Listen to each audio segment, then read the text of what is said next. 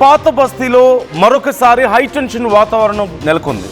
పోలీసులు, జీహెచ్ఎంసీ అధికారులపై రెచ్చిపోయారు ఎంఐఎం నేతలు. అక్రమ నిర్మాణాలు కూల్చేస్తుండగా ఎంఐఎం నాయకులు వచ్చి అడ్డుకున్నారు.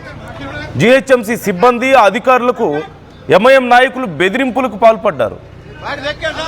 అయితే వారిని అడ్డుకునే ప్రయత్నం చేసిన పోలీసుల మీద కూడా దాడికి పాల్పడ్డారు ఆ ఎంఐఎం నేతలు. కానిస్టేబుల్ ఫిర్యాదుతో ఎమ్మెల్సీ సహా ముగ్గురి మీద కేసు నమోదైనట్లుగా తెలుస్తోంది. ఎమ్మెల్సీ మీర్జా రహమద్ బేగ్, మహమ్మద్ గౌస్ అక్బర్పై కేసు నమోదైంది. మహమ్మద్ అక్బర్ను పోలీసులు ఇప్పటికే అరెస్ట్ చేసినట్లుగా తెలుస్తోంది. ఒక్కసారి అక్కడున్న పరిస్థితిని మీరు చూడండి. అక్కడ అధికారులు వెళ్ళారు, పై అధికారులు ఇచ్చినటువంటి ఆర్డర్స్ మేరకు అధికారులు వెళ్ళారు.